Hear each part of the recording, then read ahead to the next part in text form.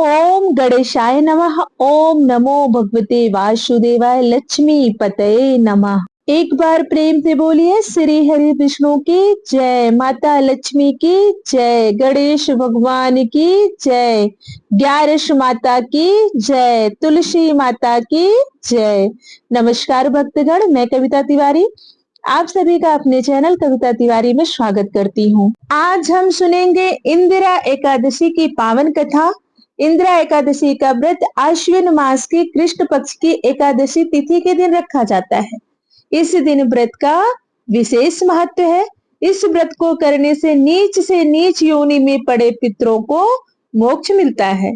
इंदिरा एकादशी के दिन पितरों के नाम से श्राद्ध कर्म करने के साथ साथ पद्म पुराण में वर्णित एक इंदिरा एकादशी की पावन कथा का श्रवण अवश्य करना चाहिए। तो आइए सुनते हैं इंदिरा एकादशी की पावन कथा। एक बार प्रेम से बोलिए लक्ष्मी पतये नमः। अगर कथा का श्रवण आप पूजा के समय सुन रहे हैं तो हाथ में पुष्प और अक्षत लेके मन में माता लक्ष्मी और भगवान विष्णु ग्यारस माता का स्मरण करते हुए कथा का श्रवण कीजिए। युधिष्ठिर ने पूछा, मधुसूदन कृपा करके मुझे यह बताइए कि अश्विन के कृष्ण पक्ष में कौन सी एकादशी होती है। महाराज युधिष्ठिर के मुख से ऐसे वचन सुनकर भगवान श्री कृष्ण ने कहा, हे महाराज युधिष्ठिर, कृष्ण पक्ष में इंदिरा नाम की एकादशी होती है। व्रत के प्रभाव से बड़े पापों का नाश हो जाता है और नीच योनि में पड़े हुए पितरों को भी यह एकादशी सद्गति देने वाली है। राजन, पूर्व काल की बात है। सत्य युग में इंद्रसेन नाम के विख्यात राजकुमार थे जो अब महिष्मती पुरी के राजा होकर धर्म पूर्वक प्रजा का पालन करते थे। उनका यश सब ओर फैल चुका था। राजा इंद्रसेन भगवान विष्णु की भक्ति में तत्पर हो गोविंद के मोक्षदायक नामों का जप करते हुए समय व्यतीत करते थे और विधि पूर्वक अध्यात्म तत्व के चिंतन में संलग्न रहते थे। एक दिन राजा सभा में सुखपूर्वक बैठे हुए थे। इतने में ही देवर्षि नारद आकाश से उतरकर वहां आ पहुंचे। उन्हें आया देख राजा हाथ जोड़कर खड़े हो गए और विधि पूर्वक पूजन करके उन्हें आसन पर बिठाया। इसके बाद वे इस प्रकार बोले, मुनि श्रेष्ठ, आपकी कृपा से मेरी सर्वथा कुशल है। आज आपके दर्शन से मेरी संपूर्ण यज्ञ क्रियाएं सफल हो गई। हे मुनि श्रेष्ठ, आप बिना कारण के तो कहीं जाते नहीं। आप अपने आगमन का कारण बताकर मुझ पर कृपा करें। नारद जी ने कहा, नृपश्रेष्ठ सुनो, मेरी बात तुम्हें आश्चर्य में डालने वाली है। हे राजन, मैं ब्रह्मलोक से यमलोक में आया था। वहां एक श्रेष्ठ आसन पर बैठा और यमराज ने मेरी भक्ति पूर्वक पूजा की। उस समय यमराज की सभा में मैंने तुम्हारे पिता को भी देखा था। वे व्रत भंग के दोष से वहां आए थे। राजन, उन्होंने तुमसे कहने के लिए एक संदेश दिया है, उसे सुनो। उन्होंने कहा है, बेटा, मुझे इंदिरा के व्रत का पुण्य देकर स्वर्ग में भेजो। उनका यह संदेश लेकर मैं तुम्हारे पास आया हूँ। राजन, अपने पिता को स्वर्ग लोक की प्राप्ति कराने के लिए इंदिरा का व्रत करो। राजा ने पूछा, भगवान कृपा करके इंदिरा का व्रत बताइए। किस पक्ष में, किस तिथि को और किस विधि से उस व्रत को करना चाहिए। नारद मुनि बोले, हे राजेंद्र, आपने बहुत उत्तम प्रश्न किया है, तो आप सुने। मैं आपको इस व्रत की शुभकारक विधि बतलाता हूँ। आश्विन मास के कृष्ण पक्ष में दशमी के उत्तम दिन को श्रद्धा युक्त चित्त से प्रातः काल स्नान करें। फिर मध्यम काल में खान करके एकाग्र चित्त हो एक समय भोजन करें तथा रात्रि में भूमि पर सोएं। रात्रि के अंत में निर्मल प्रभात होने पर एकादशी के दिन दातून करके मुंह धोएं। इसके बाद भक्ति भाव से कहें, हे कमल नयन भगवान नारायण, आज मैं सब भोगों से अलग हो निराहार रहकर कल भोजन करूंगा। अच्युत, आप मुझे शरण दे। इस प्रकार नियम करके मध्यम काल में पितरों की प्रसन्नता के लिए शालिग्राम शिला के सम्मुख विधि पूर्वक श्राद्ध करें। तथा दक्षिणा से ब्राह्मणों का सत्कार करके उन्हें भोजन करावें। पितरों को दिए हुए अन्न में पिंड को सूंघकर विद्वान पुरुष गाय को खिला दें। फिर धूप और गंध आदि से भगवान ऋषिकेश का पूजन करके रात्रि में उनके समीप जागरण करें। तत्पश्चात सवेरा होने पर द्वादशी के दिन पुनः भक्ति पूर्वक श्री हरि की पूजा करें। इसके बाद ब्राह्मणों को भोजन कराकर भाई बंधु नाती और पुत्र आदि के साथ स्वयं मौन होकर भोजन करें। राजन, इस विधि से आलस्य रहित होकर तुम इंदिरा का व्रत करो। इससे तुम्हारे पितर भगवान विष्णु के बैकुंठ धाम में चले जाएंगे। फिर भगवान श्री कृष्ण बोले, हे राजन, राजा इंद्रसेन से ऐसा कहकर देवर्षि नारद अंतर ध्यान हो गए।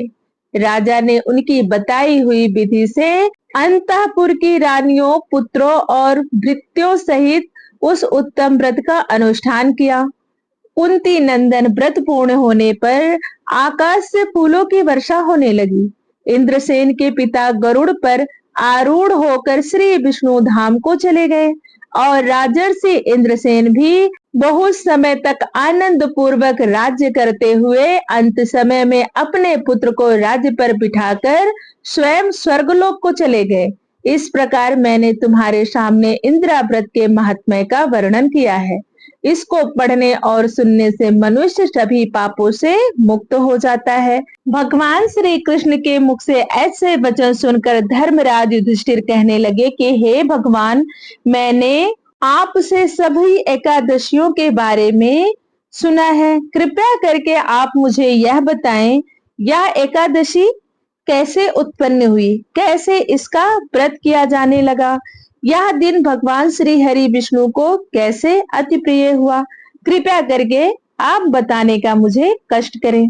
और हे भगवान, आपने हजारों यज्ञ और लाख गौदान को भी एकादशी व्रत के बराबर नहीं बताया। सो यह तिथि सब तिथियों में उत्तम कैसे हुई, कृपया बताइए। भगवान कहने लगे, हे युधिष्ठिर, सतयुग में मुर नाम का एक दैत्य उत्पन्न हुआ। वह बड़ा बलवान और भयानक था। उस प्रचंड दैत्य ने इंद्र, आदित्य, वसु, वायु, अग्नि आदि सभी देवताओं को पराजित करके भगा दिया। तब इंद्र सहित सभी देवताओं ने भयभीत होकर भगवान शिव से सारा वृत्तांत कहा और बोले, हे कैलाशपति, मुर दैत्य से भयभीत होकर सब देवता मृत्यु लोक में फिर रहे हैं। तब भगवान शिव ने कहा, हे देवताओं, तीनों लोकों के स्वामी, भक्तों के दुखों का नाश करने वाले भगवान विष्णु के शरण में आप जाइए और वही तुम्हारे दुखों को दूर कर सकते हैं। शिव जी के ऐसे वचन सुनकर सभी देवता क्षीर सागर में पहुंचे। वहां भगवान को शयन करते देख हाथ जोड़कर उनकी स्तुति करने लगे कि हे देवताओं द्वारा स्तुति करने योग्य प्रभु, आपको बारंबार नमस्कार है। देवताओं की रक्षा करने वाले मधुसूदन, आपको नमस्कार है। आप हमारी रक्षा करें। दैत्यों से भयभीत होकर हम सब आपके शरण में आए हैं। आप इस संसार के कर्ता, माता पिता, उत्पत्ति और पालन करता और संहार करने वाले हैं। सबको शांति प्रदान करने वाले हैं। आकाश और पाताल भी आप ही हैं। सबके पितामह ब्रह्मा, सूर्य, चंद्रमा, अग्नि, सामग्री, होम, आहुति, मंत्र, तंत्र, जप, यजमान, यज्ञ, कर्म करता, भोक्ता भी आप ही हैं। आप सर्वव्यापक हैं।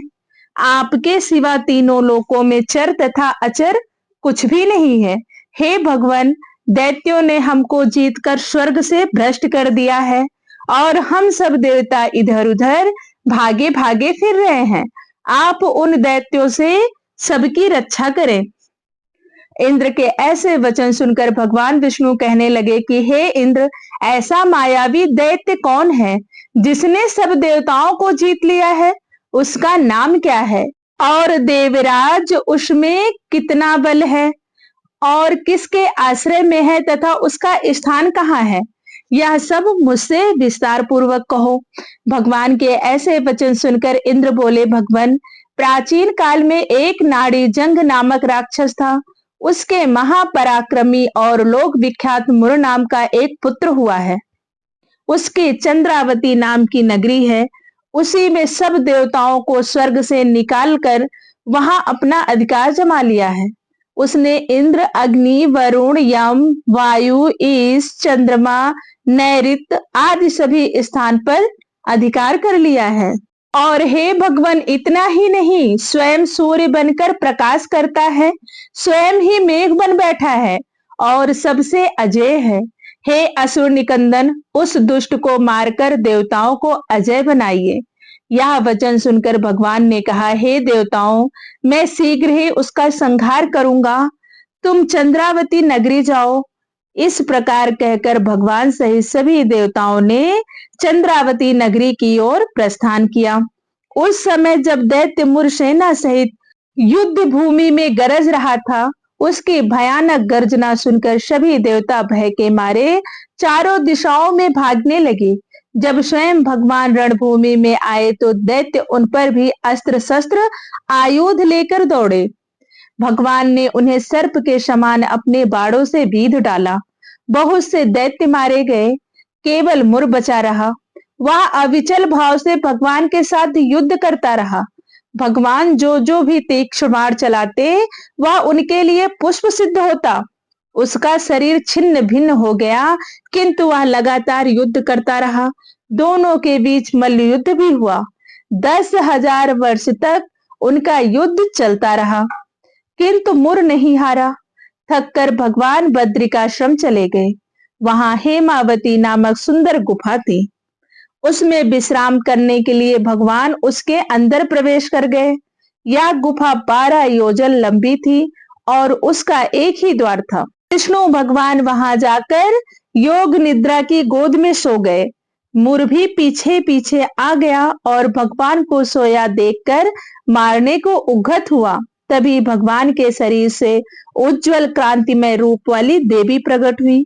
देवी ने राक्षस मुर को ललकारा, युद्ध किया और उसे तत्काल मौत के घाट उतार दिया। श्री हरि जब योग निद्रा की गोद से उठे तो सब बातों को जानकर उस देवी से कहा कि आपका जन्म एकादशी के दिन हुआ है, अतः आप उत्पन्ना एकादशी के नाम से पूजित होंगी। आपके भक्त वही होंगे जो मेरे भक्त हैं।